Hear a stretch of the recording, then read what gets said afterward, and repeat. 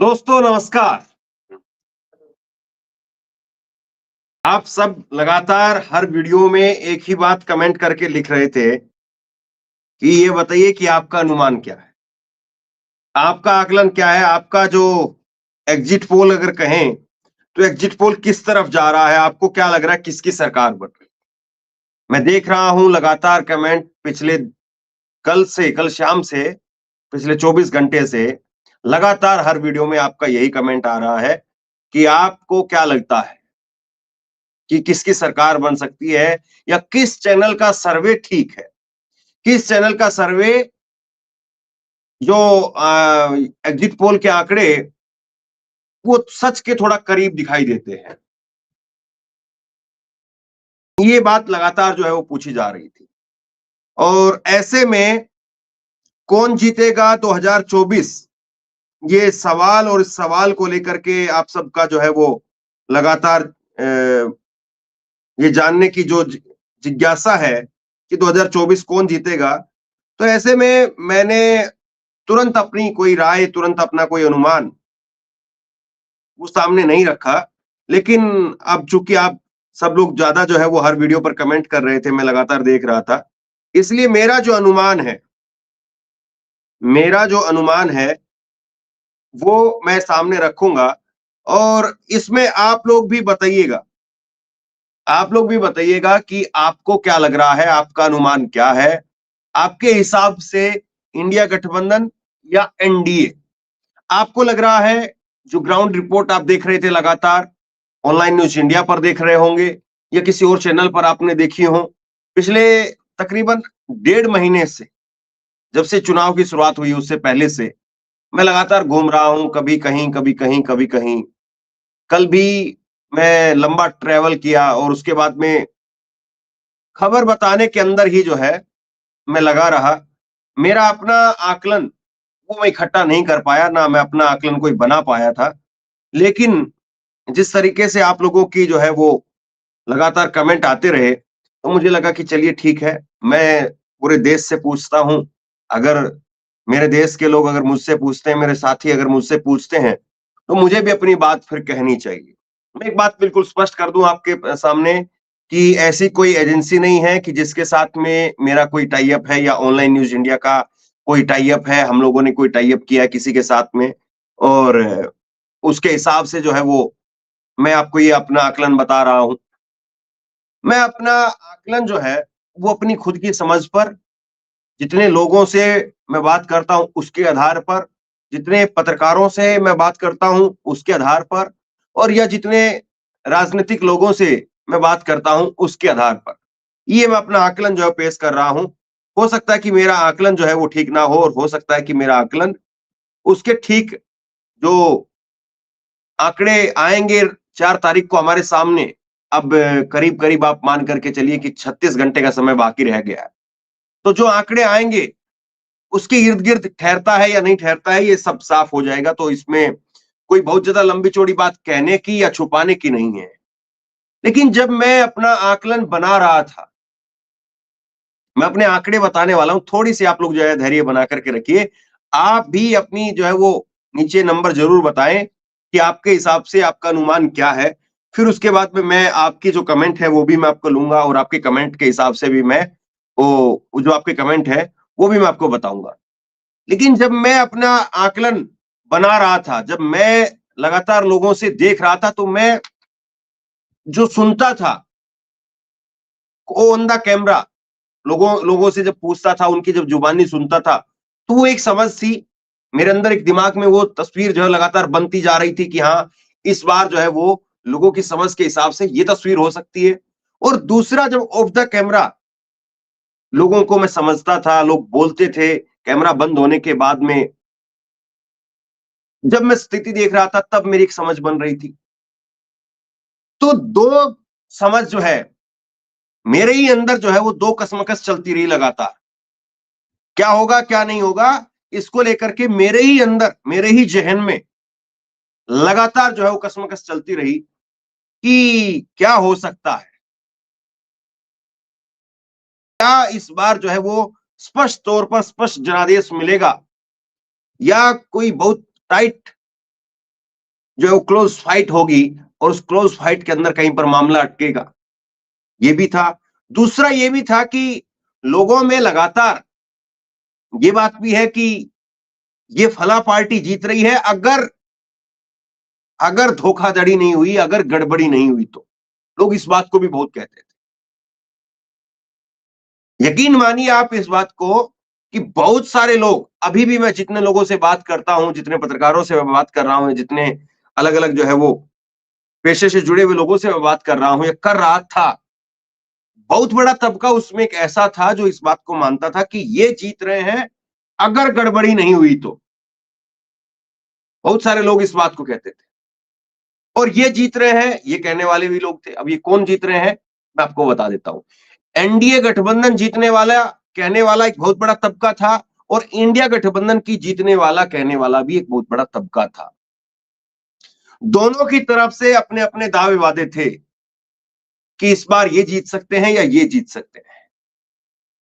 सीटों के लिहाज से अगर आप पूछेंगे मेरे से, तो मैं सीटों के लिहाज से भी आपको बताऊंगा कि स्टेट वाइज स्टेट वाइज जो है वो क्या कुछ तस्वीर मुझे बनती बिगड़ती दिखी, कहां पर किस स्टेट के अंदर नुकसान होता हुआ जो है मुझे दिखा, और किस स्टेट में क्या कुछ परिस्थिति रह सकती है, क्या कितनी कुछ सीटें हो सकती हैं, वो भी मुझे दिखा।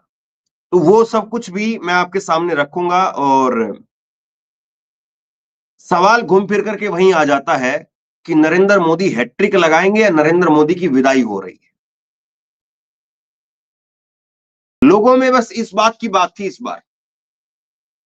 एक तबका है जो कहता है कि नहीं, नरेंद्र मोदी फिर से, और एक तबका है जो कहता है कि नहीं, बहुत परेशान कर दिया है, महंगाई, बेरोजगारी, ये सब देश जो है वो में तानाशाही हो गई है, मनमाने तरीके से नेताओं को जेल में उठा करके डाला जा रहा है, नरेंद्र मोदी को आप विदा करिए।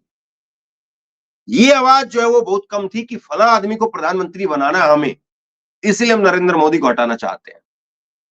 मैं बहुत ईमानदारी से बातें रख रहा हूं, हो सकता है कि मेरी कई बातें आपको पसंद ना आए, लेकिन ये बात बिल्कुल सही थी। हाँ, राहुल गांधी को लेकर के लोगों की स्वीकार्यता बढ़ी, लेकिन मुझे ऐसी आवाज कम सुनाई दी, लेकिन कम, कि राहुल गांधी को प्रधानमंत्री बनाना है, इसलिए मोदी को हमें हटाना है।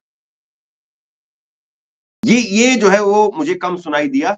ये जरूर सुनाई दिया कि नरेंद्र मोदी के राज में परेशान हो गए हैं, महंगाई है, बेरोजगारी है, मनमाने तरीके से जो इनके खिलाफ बोलेगा, चाहे पत्रकार हो चाहे नेता हो, उसको उठा करके जेल में डाल दो, मीडिया को खरीद लिया गया है। या फिर एक तबका ये था जो ये कहता था कि मोदी है तो देश की सीमाएं सुरक्षित हैं, गरीबों को अनाज मिल रहा है, देश का मान सम्मान बढ़ रहा है, हमें और कुछ नहीं चाहिए, हमें मोदी चाहिए, ये कहने वाला भी था।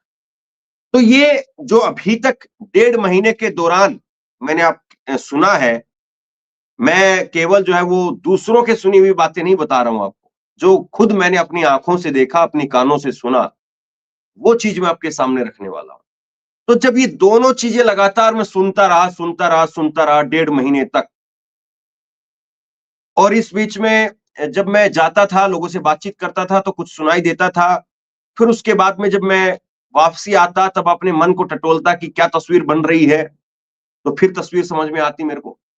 तो दो कुल मिलाकर के इस चुनाव के अंदर आंकड़े मेरे आंखों के सामने तैरते रहे लगातार, दो आंकड़े, और ये लोगों की समझ के आधार पर दो आंकड़े थे जो मेरी जहन में लगातार तैरते रहे, मेरी आंखों के सामने तैरते रहे, और वो धीरे धीरे वो आंकड़े फिर पुख्ता होते चले गए। इसलिए मैं आपके सामने, अब एग्जिट पोल का मतलब होता है एक नंबर देना, लेकिन चूंकि मेरे सामने दो चीजें तैर रही थी, मेरे सामने दो चीजें थी, इसलिए मैं दो आंकड़े आपके सामने रखूंगा। अब हो सकता है कि ये बात जो है वो आपको थोड़ी सी अटपटी लगे, लेकिन जो बात है मैं आपके सामने वो रख रहा हूं। दो आंकड़े मैं आपके सामने रखूंगा, दो तस्वीर मैं आपके सामने रखूंगा। एक तस्वीर जो मेरा एक मस्तिष्क, मेरा एक दिमाग कह रहा था कि ये होनी चाहिए क्योंकि लोग इस बारे में बोल रहे हैं, और एक तस्वीर मैं आपके सामने वो रखूंगा जो लोग कह रहे थे कि अगर गड़बड़ हो गई, ये हो गया, वो हो गया, तो ये होगा। तो दो तस्वीरें मैं आपके सामने रखने वाला हूं, और आप लोग फिर बताइए कि कौन सी तस्वीर आपको कितनी सही लग रही है, कौन से आंकड़े आपको कितने सही लग रहे हैं, फिर आप इस बारे में बताइएगा। और लगातार मैं फिर उसके बाद में आप लोगों से भी रूबरू होऊंगा, आपकी राय जो है वो भी लूंगा, और आपके हिसाब से आपको इस बार आपको जो कुछ लग रहा है उसको भी जो है मैं अपने विचारों में जो है वो समाहित करने की कोशिश करूंगा। तो सबसे पहले मैं आपके सामने पहली तस्वीर पेश करने जा रहा हूं, पहली तस्वीर। और ये पहली तस्वीर आप देखिए और इस पहली तस्वीर पर अपनी प्रतिक्रिया दीजिए, और ये पहली तस्वीर मुझे क्यों ऐसी लगी इस पर मैं अपनी राय देता हूं। ये पहली तस्वीर स्क्रीन के ऊपर लेकर के आइए, और आपकी स्क्रीन के ऊपर ये पहले आंकड़े हैं। ऑनलाइन न्यूज इंडिया का मेरा अनुमान कह लीजिए, आप एग्जिट पोल कह लीजिए, और आज ये मैं 2 तारीख जून 2024 को ये मैं सामने रख रहा हूं। एग्जिट पोल आप इसको कह सकते हैं, और जब नतीजे आ जाएंगे 4 तारीख को, यानी 2 दिन बाद में जब नतीजे आ जाएंगे, तो उसके बाद में मैं इन आंकड़ों को फिर से आपके साथ में साझा करूंगा, और फिर से हम लोग इन पर चर्चा करेंगे, और ये आंकड़े कितने सटीक बैठते हैं, कितने नहीं बैठते हैं, फिर इस पर भी चर्चा होगी। मेरे हिसाब से, मेरे अनुमान से जो मुझे लगा, जो पहली तस्वीर मेरे जहन में उभर करके सामने आई, वो ये तस्वीर है, वो आंकड़े ये हैं। एनडीए गठबंधन 240 से 255, और ये बहुत सोच विचार करके काफी देर तक और काफी दिनों तक लगातार जो दिमाग में कसमकस होती रही, दिमाग में लगातार कसमकस चलती रही, उसके आधार पर जो है ये आंकड़े मैं आपको बता रहा हूं। 240 से 255 एनडीए। मुझे नहीं पता कि कितने लोगों को ये आंकड़े पसंद आएंगे, कितने लोगों को नहीं आएंगे। इंडिया गठबंधन 260 से 274 इंडिया गठबंधन। और अन्य की बात करें, अदर्स की बात करें, तो 10 से 14 ये आंकड़े मुझे दिखाई दे रहे हैं। आप लोग जो है वो अपनी प्रतिक्रिया दीजिए कि आपकी प्रतिक्रिया क्या है, आपको क्या लगता है, ये आंकड़े आपको कितने सटीक जो है वो दिखाई दे रहे हैं, आपका जो अनुमान है उसके कितने जो है वो इर्द गिर्द ये आंकड़े आपको लगता है, या आपको लग रहा है कि इसमें 10-20 सीटें और जोड़ने की या घटाने की आपको आवश्यकता दिखाई दे रही है। मुझे बहुत कंजूसी करके, और बहुत जो है वो हर राज्य में जहां पर 5 सीट मिल रही थी मैं वहां पर 6 सीट दे करके, जहां पर 7 सीट जा रही थी वहां पर 8 सीट या 10 सीट दे करके, इस तरीके से कंजूसी करके जो है वो मैंने जो आखिरी निचोड़ निकाला, मुझे जो अनुमान समझ में आया, जितने पत्रकारों का आकलन समझ करके, जमीनी लोगों से बात करके, क्योंकि ग्राउंड पर जब जाते हैं तो कई सारे पत्रकार भी मिलते हैं, कई सारे लोग भी मिलते हैं, कई नेता भी मिलते हैं, सबसे समझ करके जो मुझे आंकड़ा समझ में आया वो ये लगा कि एनडीए 240 से 255, इंडिया गठबंधन 260 से 274, और अन्य 10 से 14।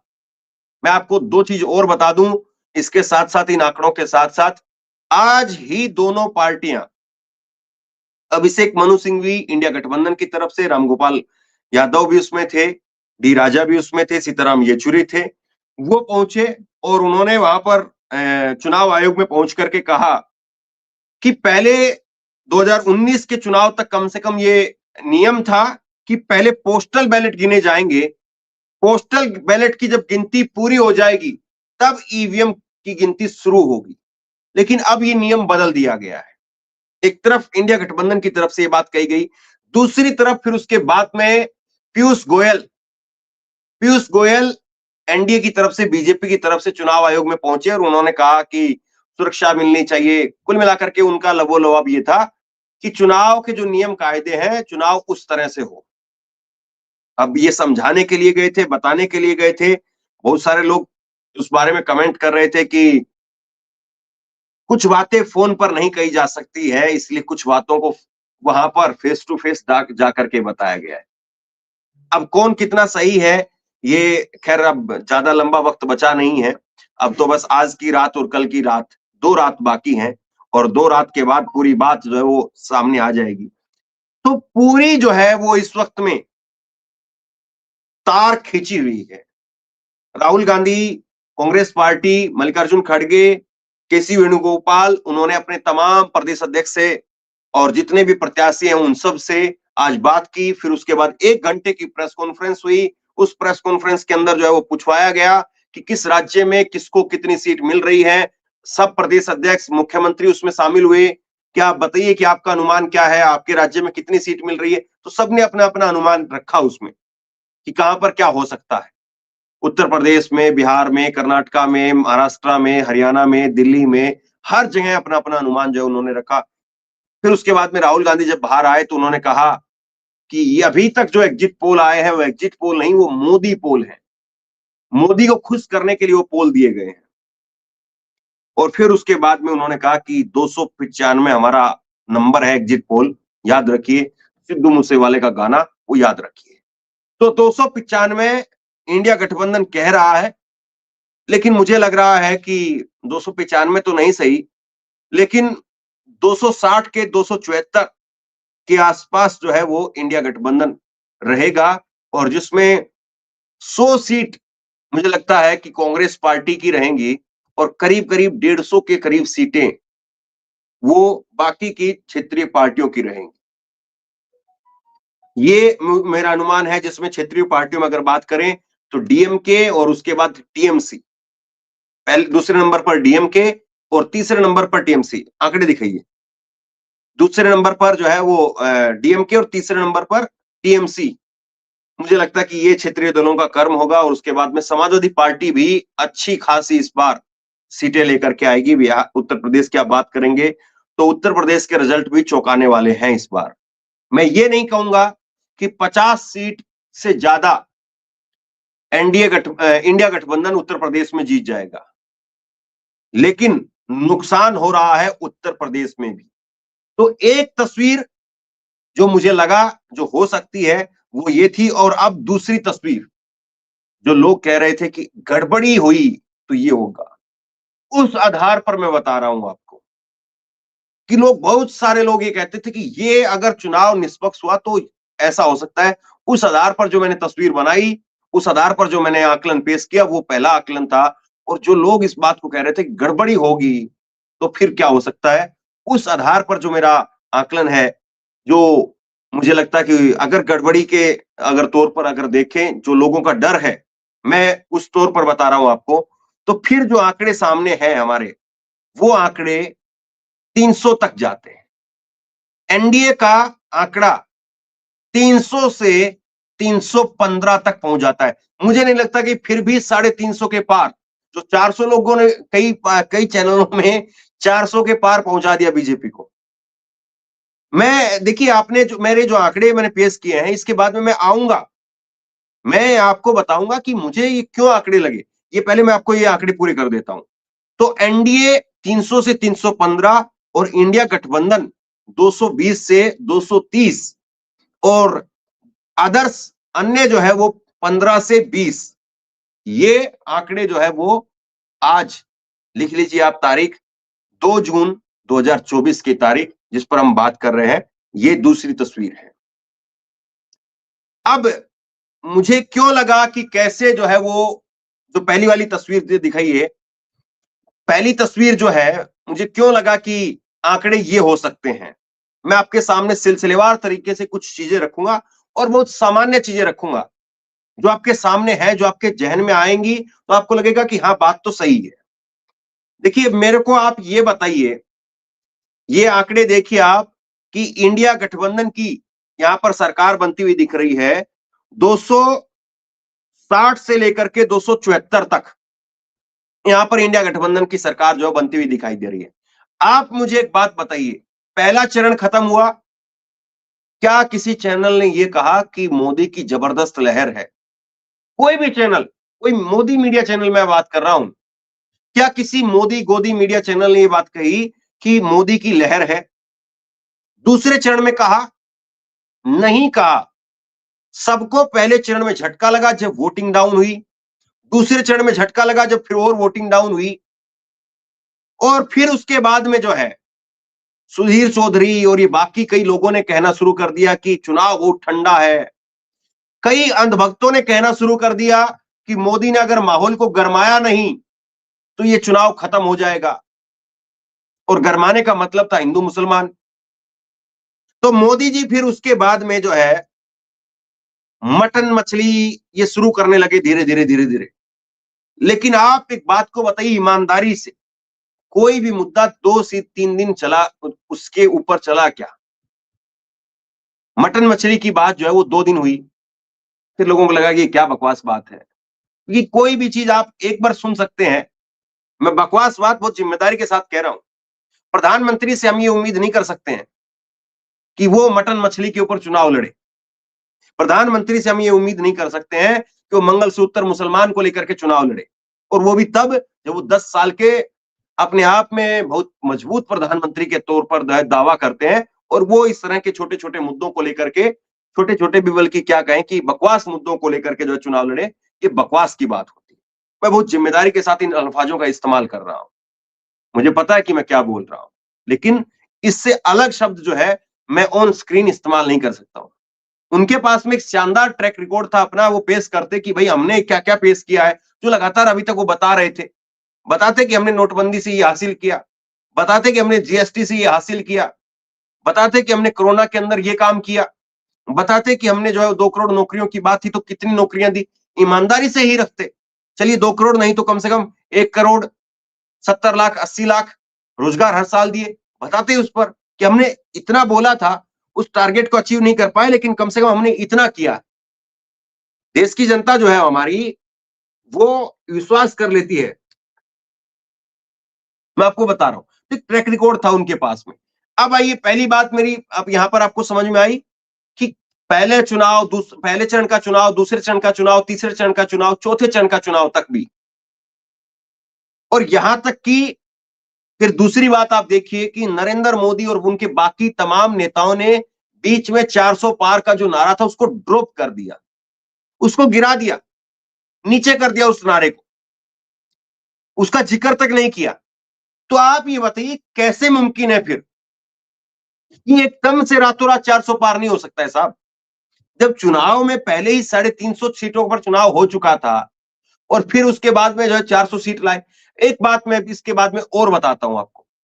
मैंने आपको प्रदीप गुप्ता हो, इंडिया टुडे माई एक्सेस वाले जो एग्जिट पोल करते हैं आज तक चैनल पर, प्रदीप गुप्ता, उनकी एक वीडियो दिखाई थी 4 से 5 रोज पहले।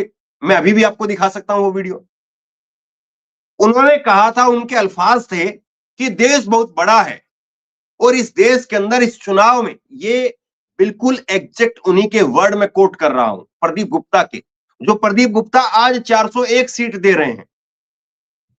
मैं उनसे समझना चाहता हूं कि किस आधार पर आप 401 सीट दे रहे हैं। 400 पार हो कैसे रहा है? आपके खुद के अल्फाज ये थे 4 दिन पहले जो है, 1 हफ्ता लगा लीजिए, मैंने वो वीडियो आपको चैनल पर दिखाई, आपने देखी है वो वीडियो। प्रदीप गुप्ता के वर्ड थे ये, प्रदीप गुप्ता के शब्द थे कि देश बहुत बड़ा है, और इस देश में इस बार के चुनाव में कहीं किसी राज्य में किसकी लहर दिखाई दे रही है, तो कहीं किसी राज्य में किसकी लहर दिखाई दे रही है। ये मैंने आपको उनकी वीडियो के साथ, उनके अल्फाजों के साथ ये बात आपको बताई थी। जब 350 सीट खत्म हो गई थी चुनाव के अंदर, 350 सीट से ज्यादा पर चुनाव हो चुका था, 400 के करीब सीटों पर चुनाव हो चुका था, तब जाकर के आप इस बात को बोल रहे थे। छठे चरण तक 428 सीटों पर चुनाव हो चुका था, तब भी आपके यही बोल थे। तो एकदम से जो है वो कैसे 401 का जो है एग्जिट पोल आप निकाल करके ले आए। मैं बहुत ईमानदारी से इस बात को समझना भी चाहता हूं, और इस बात को आपके सामने रखना भी चाहता हूं। आप खुद से पूछिए, खुद से आप पूछिए, क्या ये ऐसा हुआ था कि नहीं हुआ था। दूसरा आप लेकर के आइए संजय कुमार, सीएसडीएस लोकनीति, संजय कुमार सीएसडीएस लोकनीति के, और संजय कुमार क्या कह रहे थे? संजय कुमार कह रहे थे कि लहर दिखाई नहीं दे रही है, लहर जो है वो दिखाई नहीं दे रही है। ये संजय कुमार सीएसडीएस लोकनीति के वो इस बात को कह रहे थे। तो लहर दिखाई नहीं दे रही है, लहर नहीं है, तो फिर ये कैसे संभव हो गया कि अचानक से जो है वो आप इस बात को कहने लग गए? और इसके साथ साथ जो है, इसके साथ साथ यशवंत देशमुख, एबीपी सी वोटर के, एबीपी सी वोटर के यशवंत देशमुख, उन्होंने भी कहा कि इस बार के चुनाव में वो लहर दिखाई नहीं दे रही है जो पिछली बार थी, 2019 के समय पर थी। पिछली बार का चुनाव राष्ट्रवाद के नाम पर, एक लहर के नाम पर चला गया था। इस बार वो लहर दिखाई नहीं दे रही है। ये यशवंत देशमुख के शब्द थे। जब उन तमाम एग्जिट पोल को करने वाले लोगों के ये शब्द थे, तो आप ये बताइए कि अचानक से कैसे जो है वो ये लेकर के आ गए कि 400 पार हो रहा है इस बार।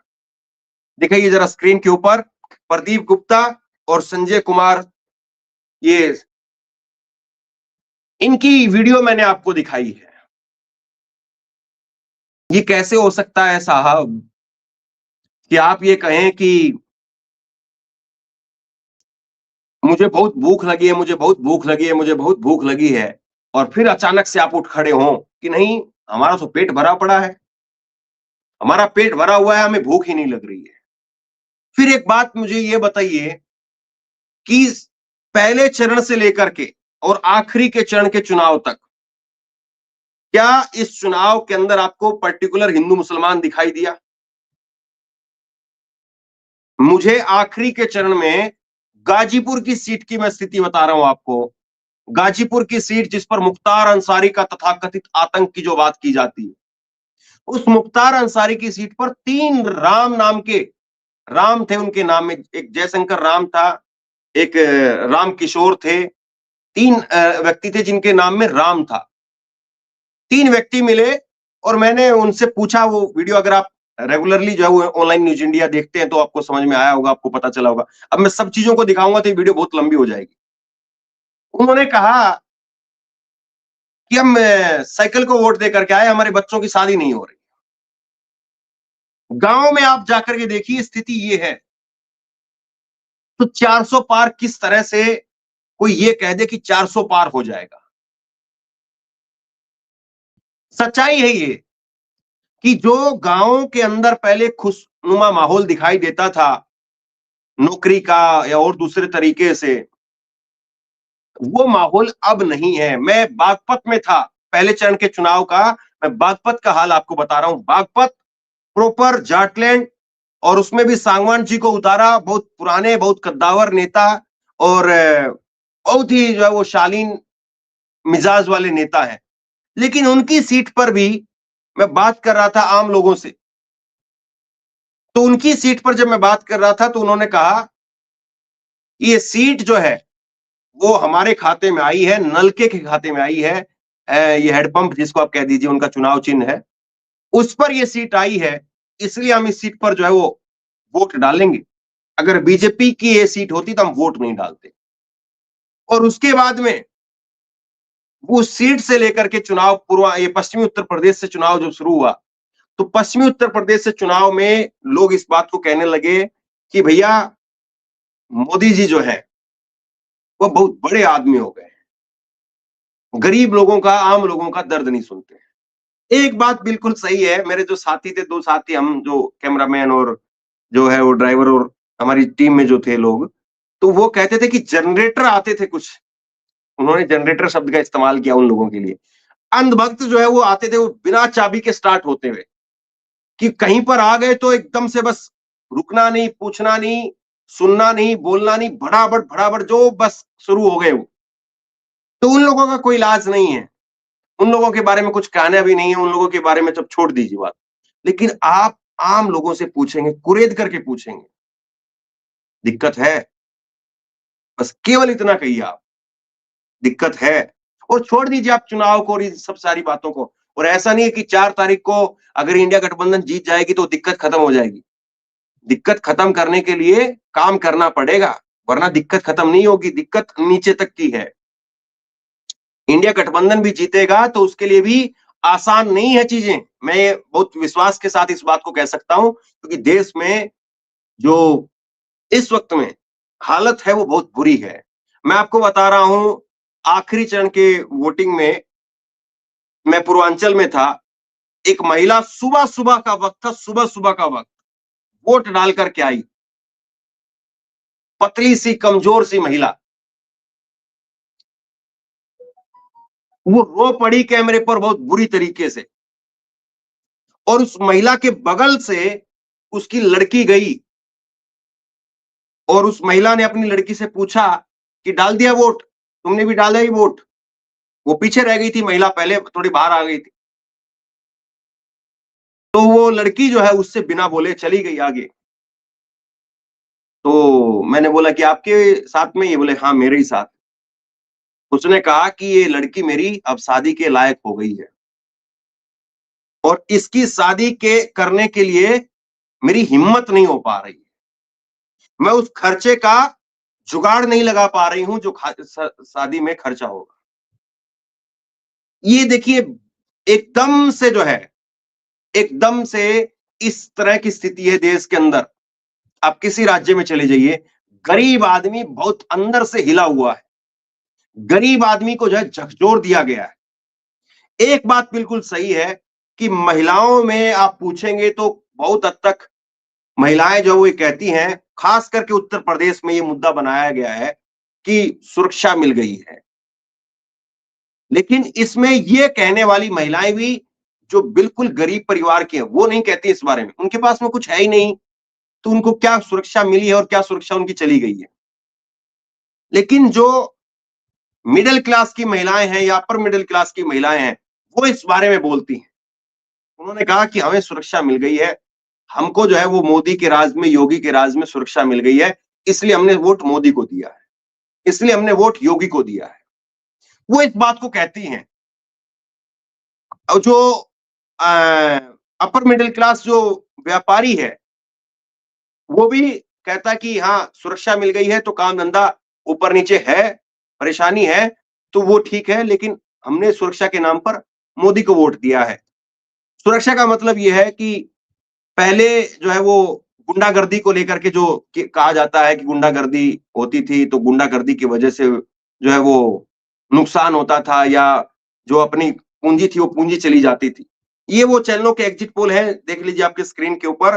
जो जिन राज्यों में जितनी जिसकी सीट नहीं है उससे ज्यादा सीट दे रहे हैं। क्या यकीन करेंगे हम इन पर? और ये सारे बड़े बड़े चैनल हैं जिनमें हजारों हजारों कर्मचारी काम करते हैं और इनके हिसाब से ये कह रहे हैं कि हमने 1.5 लाख, 15 लाख, 5 लाख लोगों से बात की है। वो चैनल के जो है वो हेड जब बात कर रहे हैं तो जिसमें जितनी सीटें नहीं उससे ज्यादा वोट दे रहे हैं और सीट दे रहे हैं।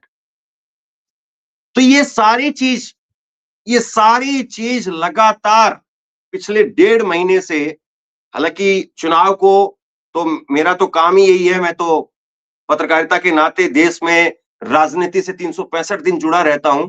लेकिन खास तौर पर जब चुनाव की शुरुआत हुई, एक बात मैं आपको और बिल्कुल स्पष्ट कहना चाहता हूं।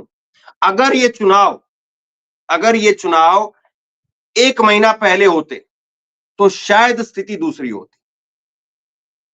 इस चुनाव का रुझान, इस चुनाव का जो मूड बना, वो पहले चरण के बाद में बना है। पहले चरण तक भी मुझे नहीं लग रहा है कि लोगों को ये यकीन था कि कुछ इस तरीके से चुनाव बन जाएगा।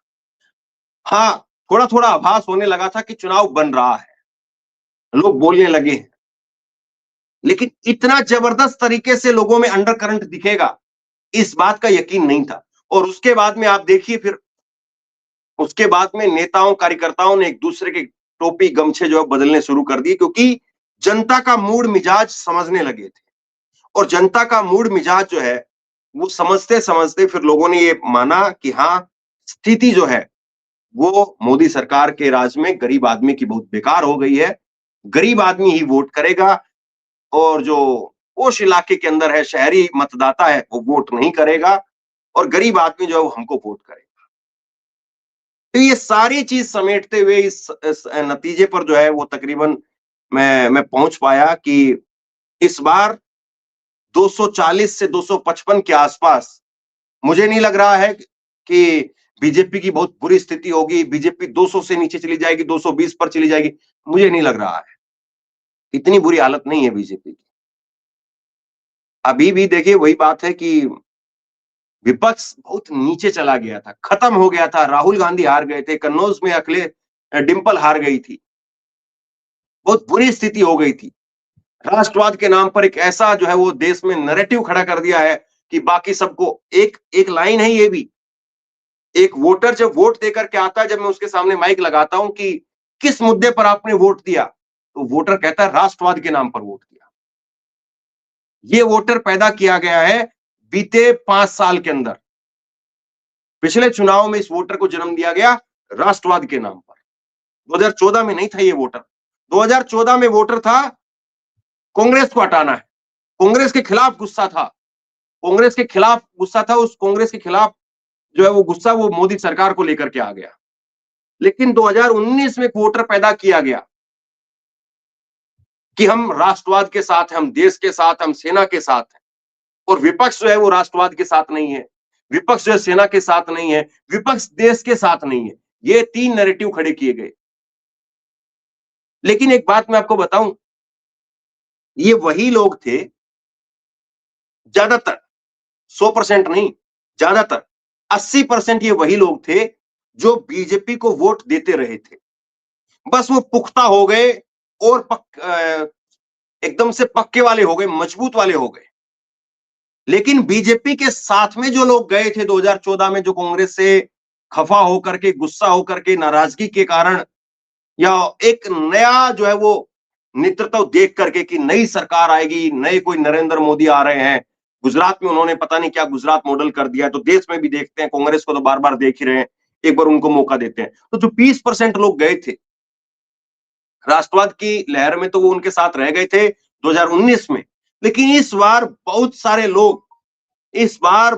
लोग मुझे ऐसे मिले जो इस बात को कहते थे कि हमने वोट दिया था बीजेपी को, 2019 में हमने वोट दिया था और मैं हिंदू हूं, ये मैंने कलावा बांधा हुआ है, ये दिखाते थे लोग कैमरे के ऊपर।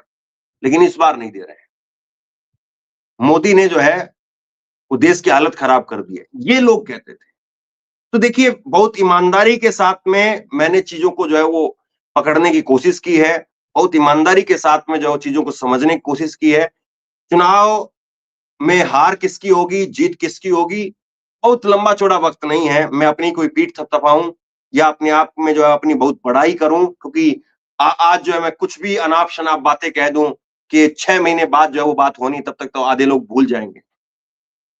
अब जो है वो मैच कुछ घंटों का अंतर है, सिर्फ 2 रात का अंतर है, और 2 रात के अंतर के बाद में परसों जो है वो 4 बजे, 10-12 बजे आपको ये मेरी बात सही हो या गलत साबित होती हुई दिखने लगेगी और आप लोग कमेंट करने लगेंगे 12 बजे के आसपास। या तो नरेंद्र मोदी की 350 के आसपास सीटें हुई तो भी मुझे कमेंट करके कहेंगे कि तुम्हारी बात कहां पर चली गई भाई, आप तो कुछ और बात बोल रहे थे, या तो कुछ और हो गया। या फिर आप कहेंगे कि नहीं, आपने जो बात कही थी उसी के आसपास जो बात आ गई। तो जो तस्वीर होगी, जो माहौल होगा, वो निकल करके सामने आएगा। और एक जो है वो बहुत सारे लोग ये कहते हैं कि बहुमत किसी को नहीं आए, क्या ऐसी कंडीशन भी बन सकती है क्या? ये भी लोग मिले कि बहुमत किसी को नहीं आए, ऐसी कंडीशन भी हो सकती है क्या? मुझे लगता है कि आखिरी के चरण में नरेंद्र मोदी ने थोड़ा बहुत जो है वो अपनी तरफ से कोशिश की,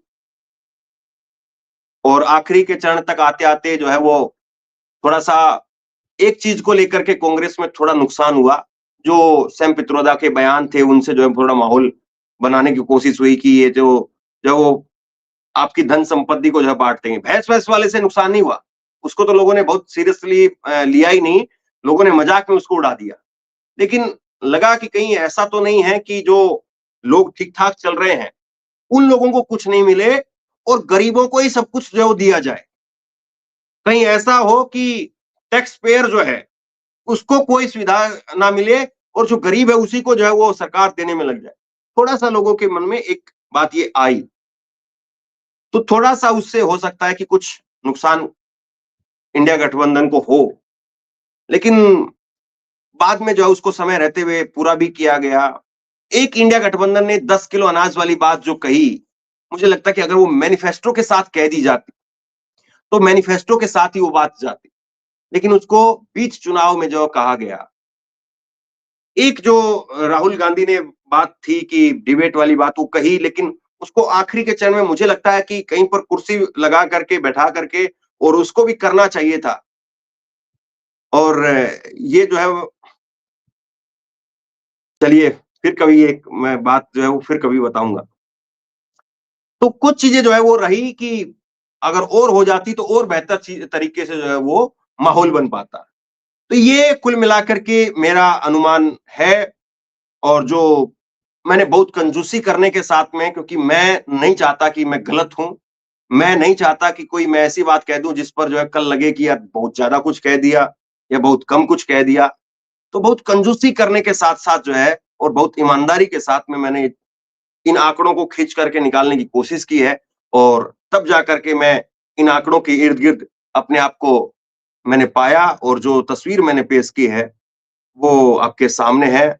अब बहरहाल आप जो साथी इस वक़्त में कमेंट कर रहे हैं कि आपकी ग्राउंड रिपोर्ट, पोल जो है वो सटीक है, तो आप लोगों का बहुत शुक्रिया और बस कोशिश यही है, मैं काम यही करता रहूँगा। कल को अगर कांग्रेस पार्टी की सरकार आ जाएगी, राहुल गांधी प्रधानमंत्री बन जाएँ या किसी और को प्रधानमंत्री बना दें, तो मैं काम ऐसे ही करता रहूँगा। मेरा काम जो है वो मुझे बड़ाई करना पसंद ही नहीं आता है। मुझे जो है वो कमियाँ निकाल कर के कमियों को ठीक करवाने में ही जो है ज़्यादा आनंद आता है। कमी बताई जाए और पत्रकार का काम ही यही है। अ, बड़ाई बताने के लिए, अपनी प्रशंसा करवाने के लिए तो सरकार है, सरकारी मीडिया है। कमियाँ बता कर के उन कमियों को ठीक करवाना, मुझे लगता है कि वो एक पत्रकार का काम है। बाकी तो जो है वो चल रहा है, वो चलता ही रहेगा। तो बहरहाल आप लोग जो है वो इंतज़ार करिए और मुझे भी इंतज़ार है कि ये आंकड़े कितने सही होते हैं, कितने आंकड़ों जो फाइनल आंकड़ा आता है उसके आस-पास पहुँचते हैं या क्या होता है? आप लोग बताइए कि इन आंकड़ों में आपको कितनी ईमानदारी दिखती है? इन आंकड़ों पर आपका कितना विश्वास होता है? आपको क्या लगता है? और आपके आंकड़े वो भी नीचे कमेंट बॉक्स में लिख कर के ज़रूर बताइए। तो आप सब लोगों का बहुत-बहुत धन्यवाद और आप लोग इसी तरह से मेरे साथ बने रहिए। आपका प्यार, आपकी डाँट, आपके फटकार, मैं लगातार आपके कमेंट देखते रहता हूँ। जो लोग फालतू के हैं, उनके मैं इग्नोर कर देता हूँ, लेकिन जो सीरियस आदमी हैं, उनके मैं कमेंट ज़रूर पढ़ता हूँ। तो आप लोग भी कमेंट करके मेरा मार्गदर्शन जो है वो करते रहिए, मुझे राह दिखाते रहिए। बहुत-बहुत धन्यवाद। ऑनलाइन न्यूज़ इंडिया को सब्सक्राइब भी कीजिए।